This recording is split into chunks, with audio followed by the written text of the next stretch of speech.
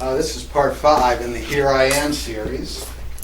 And the main point is maybe there's hope for us, even for us, because for some, godliness takes a lifetime with many tribulations. So maybe there's hope for us. And as you can see, the icon here, this is off the OCA website. This is for the Patriarch Jacob. So here we are in the series. If it's got a white outline, we've done it. There's probably 2 more. And as I was putting this together, I wanted to just race through this thing so I could get it all done in one session. But then I realized, hey, this isn't a Joe Rogan podcast. 3 hours. Okay. So here we go. So here's this icon. Very interesting. It says Holy and Righteous Jacob. And then I looked him up in our OCA website. His title is not Patriarch Jacob. Of course, that might be a little confusing in the Orthodox world, right? What kind of patriarch are you talking about here? But they say his title is Righteous Jacob. And here's the description of him. And I thought it was interesting. I like to look at verbs. Do you like to look at verbs? There's 4 verbs here that get used. He had a dream. Jacob wrestled with God. Jacob prevailed. And he said, I have seen God face to face. So, and thus he's called Holy and Righteous Jacob. And don't you think that's interesting? That someone's whole life could be summarized by 4 verbs? And you know, the OCA website does not count as capital T tradition, does it? As a whole, entirely. It's a vehicle. Okay. But it does show that that's the tradition of the church, is that to consider him Holy, Righteous Jacob. Now, there's an interesting form of biography that gets used for many different people, where it's so-and-so in their own words. So would you like to see what Jacob's autobiography is in his own words? Well, there it is. Few and unpleasant have been the years of my life. And that's from, there it is, Genesis 47. And so there's kind of a tension there, isn't there? Between Holy, Righteous Jacob and few and unpleasant have been the years of my life. And how old was he when he was saying this year's from few? I don't know, like 120 or something, compared to Abraham and Isaac. Yeah, he wasn't Methuselah. Yeah, no, or Adam. So, and this is, the OCA write-up is what you call a hagiography, the life of a saint. And the typical thing is, look at definition number 3 here. It's that a hagiography is an admiring or idealized biography. Right? And so, he dreamed, he wrestled, he prevailed, he saw. What's missing from that? Well, that's why we can say, for some people, godliness takes a lifetime with many tribulations. Okay, so let's get into the origin story, right? Every superhero has an origin story, right? And so let's see what if Jacob follows the pattern of having an origin story. So first of all, here's the origin story. The Lord has greatly blessed my master so that he has become rich, and he has given him flocks and herds and silver and gold and servants and maids and camels and donkeys. That's about his grandfather, Abraham. But with Isaac, it's the same sort of thing. The man became rich and continued to grow richer until he became very wealthy. For he had possessions of flocks and herds and a great household, so that the Philistines envied him. So the beginning of the origin story is, he's a trust fund baby, right? He's the rich kid who never had to work a day in his life. Everything was supplied for him. And a little bit like Batman, right? Okay, a little bit like Batman.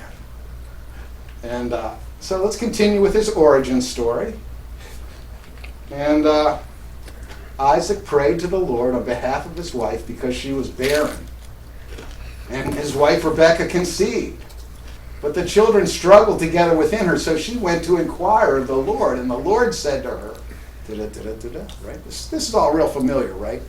But let's try to really look into this and see if there's more to it than just, what you got when you were 6 years old in Sunday school, okay? So, well, first of all, it sure sounds like a Christian family, right? A godly family, right? Isaac prayed, the Lord answered, and his mother prayed also. And here's the origin story continues. When the days were to be delivered, when her days to be delivered were fulfilled, behold, there were twins in her womb. And Esau got born first, and after this, his brother came out, Jacob, with his hand holding on to Esau's heel, so his name was called Jacob. Okay, so you look up this Jacob thing, and it means supplanter or deceiver. So here's the definitions of those.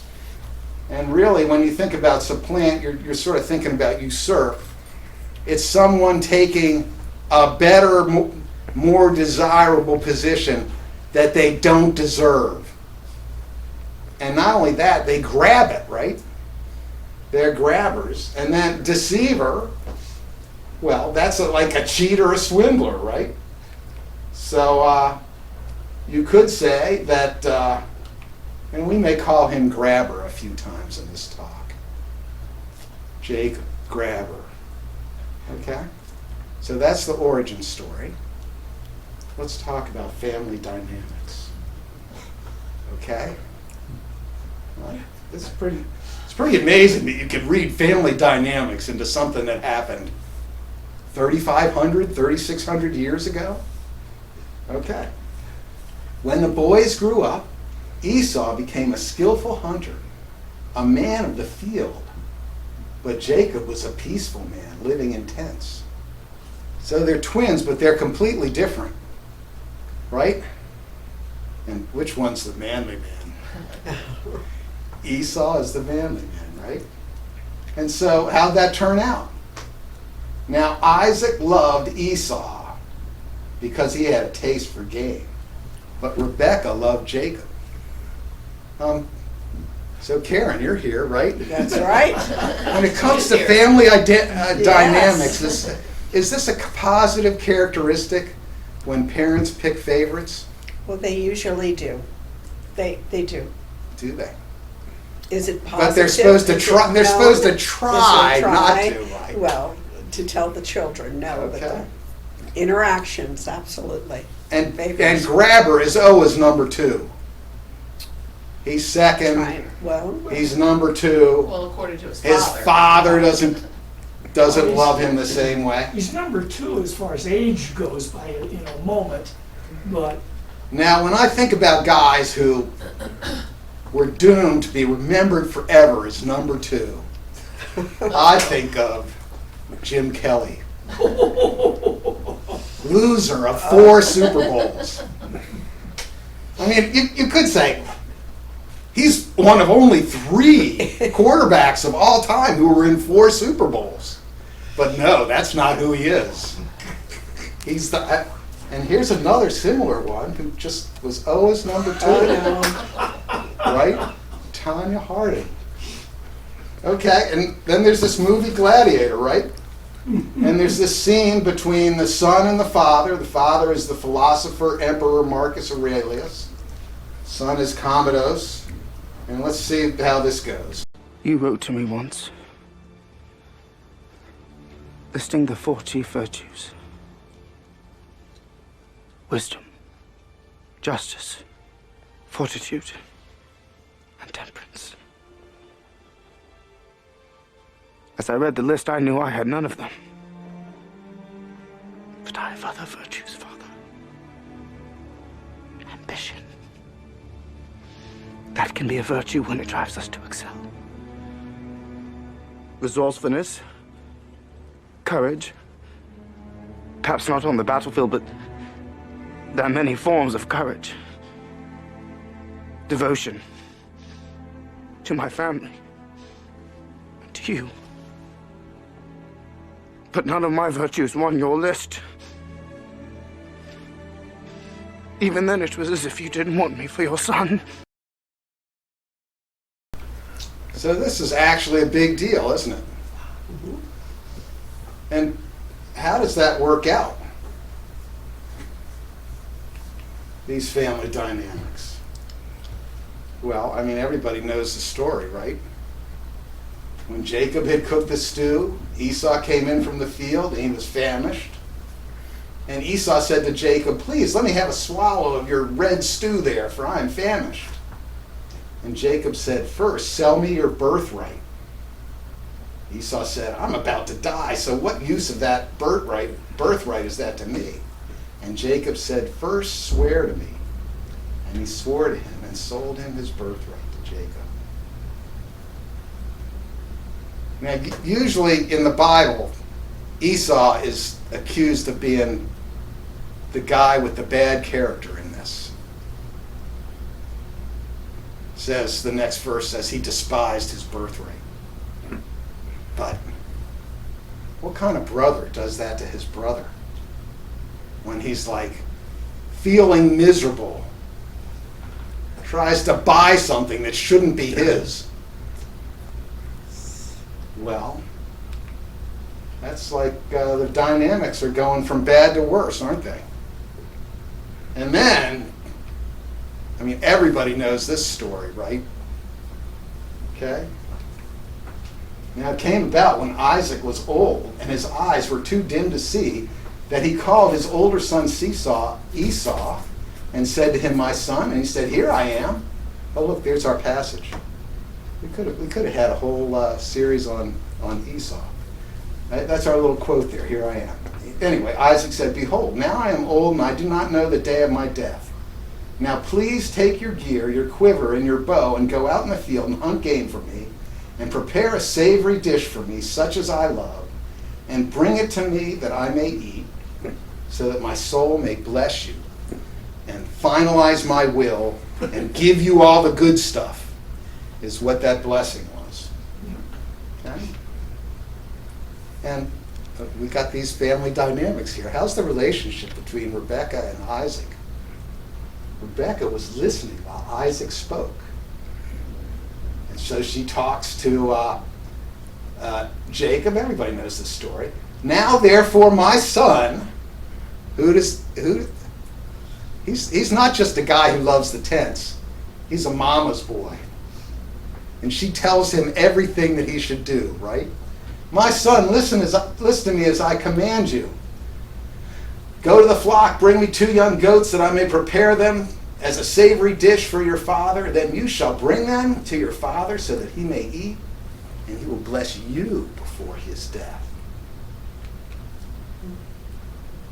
Then Rebekah took who's the chief instigator here, by the way?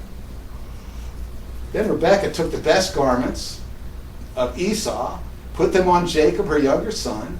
She put skins of young goats on his hands, on the smooth part of his neck, so they'd feel like Esau's. She also gave him the savory food. Jacob said to his father, "I am Esau, your firstborn. I have done as you told me. Get up, please, sit and eat of my game, that you may bless me." Isaac said to his son, "How is it that you have it so quickly, my son?" And he said, "Because the Lord your God caused it to happen to me." Now there's these 10 commandments that come later, right? With Moses. And one of them is, "You shall not take the name of the Lord your God in vain." Can you think of another example in the Bible, that a bigger example of violating that commandment than this one? It's a complete lie. He's completely lying about God. Okay? And Isaac said, "Are you really my son, Esau?" at a certain point, when you're doing something wrong, there's no turning back, is there? Or at least that's the way it seems, right? And he said, I am. So he said, bring it to me, and I will eat of my son's game, that I will bless you. And he brought it to him, and he ate, and he brought him the wine and drank. Is that a reference, do you think, to the to communion, you think? I think so. Probably not. Then his father Isaac said to him, please come close and kiss me, my son. So he came close and kissed him. By the way, do you think that's a reference to Judas and Christ? Ooh, yes. He's betraying his Yes. father with a kiss. And when he smelled the smell of his garments, he blessed him. Okay. Then Esau comes in, right? There he is, and he says, Isaac figures out he's been tricked. Says, yes, but I'm not changing my mind. He still gets all the inheritance. When Esau heard the words of his father, he cried out with an exceedingly great and bitter cry and said to his father, bless me, even me also, O my father. An exceedingly great and bitter cry. Now, there are points in relationships where it's the breaking point. It's like over. It's never going to be the same again. Right? And then Esau said, is he not like rightly called grabber? For he has supplanted me these 2 times. He swindled me. He took away my birthright, and now he swindled me out of my blessing. So his name actually applies, doesn't it? Now, have you looked at this before this way? I mean, I've been looking at this for years. He's like the lowest of the low. And it goes beyond just being, well, I don't like that kind of attitude. It's like repulsive. You get to a point, you did that? It's like, ugh, I want to get away. You did that? But anyway, how does this story fit into the OCA description of Jacob? And that's the point that we're really coming to here about why there's hope for us actually comes from this OCA description. So think about it. So there he is. He's called Holy Righteous Jacob. He dreamed, he wrestled, he prevailed. And yet, he betrayed the people that he should have loved the most. And they call him Holy Righteous Jacob. We call him Holy Righteous Jacob. So the point of this talk is, for some, godliness takes a lifetime with many tribulations. Maybe there's hope for us. I mean, I don't know what you think when you look back at your life, but I know when I look at my life, there's numerous episodes where it's repulsive. It's beyond, oh, he did a bad thing. It's like repulsive. Okay, well, let's see what happens next. You know what happens next.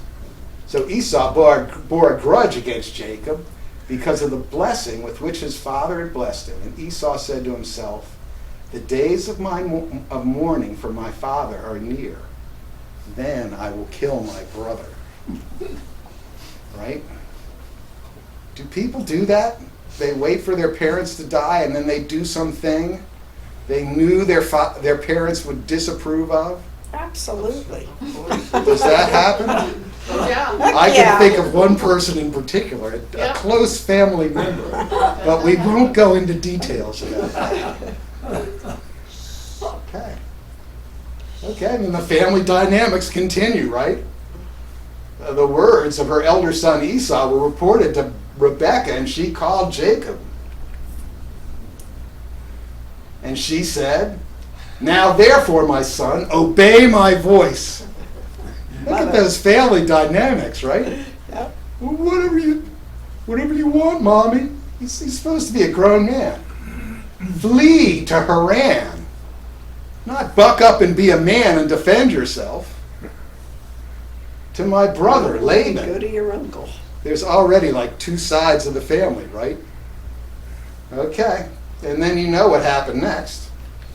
There he is. Then Jacob departed from Beersheba and went toward Haran. And he came to a certain place and spent the night there because the sun had set. And he took one of the pieces of stones of that place and put it under his head and lay down in that place. Do you think that the trust fund baby had ever been on his own and had a rock for his pillow? To me, it's just amazing that she sent him by himself. I mean, if you're this rich guy, you got to send at least, a few big, muscular, bodyguard type servants, don't you think? But no, he's on himself. And really, you could say that this is the point where he hits rock bottom, right? In the Alcoholic Anonymous world, you're never going to get better until you hit rock bottom. And that's, his whole life has blown up, right? His father knows he cheated him. His brother wants to kill him. The posh, comfy life being a trust fund baby is over. He's out there in the middle of nowhere with a rock for a pillow. Anyway, what happens next? What happens next? He had a dream. Okay, remember? He dreamed. And behold, a ladder was set on earth with its top reaching to heaven. And behold, the angels of God were ascending and descending upon it. Okay. The angels of God were ascending and descending on it. It's symbolic, right? What does that symbolism mean? Well, I think it means, God's in heaven. He's completely different from us. He's completely transcendent and higher than us. But his messengers are constantly going to and from earth. It means God cares, he understands, and he's doing things. Wouldn't you say? And behold, the Lord stood above it and said, I am the Lord, the God of your father Abraham, and the God of Isaac. The land on which you lie, I will give it to you and your descendants. Behold, I am with you and will keep you wherever you go, and will bring you back to this land, for I will not leave you until I have done what I have promised you. Okay, these slides are out of order. What is the ultimate example or the fulfillment of the Jacob's ladder going between heaven and earth? Christ himself tells us in the Gospel of John, chapter 1. Christ says, truly, truly, I say to you, you will see the heavens opened and the angels of God ascending and descending on the Son of Man. The ultimate example of how God cares and about how he understands and about how he's acting. He's doing more than acting. He's saving, is sending his Son, Christ himself, into the world. And that's the ultimate fulfillment of the Jacob's ladder. Well, it does say in the Hagiography that the ladder is like a prefiguring of Mary. Okay. And that how Christ comes to us There through you her. go. And the ladder is sort of that. Okay. We could talk about that some more, but I know, we'll that's keep not what we'll I keep know. coasting right now. That's an interesting perspective. Then Jacob awoke from his sleep and said, surely the Lord is in this place, and I did not know it. He was afraid and said, how awesome is this place? This is none other than the house of God. This is the gate of heaven. And I thought that this phrase is the key phrase in that passage. I did not know it. heard all this God talk all my life, and now it turns out it's real. It's real. Do you think there are families, even in this parish, who have adult children who have been hearing the God talk all their lives? And some of these adult children have not reached the place yet where they know it for themselves because God acted in their life, and perhaps because they hadn't hit bottom. Okay, so what happened? So Jacob rose early in the morning and took the stone he had put under his head and set it up as a pillar and poured oil on its top. And he named the place Bethel, which means house of God.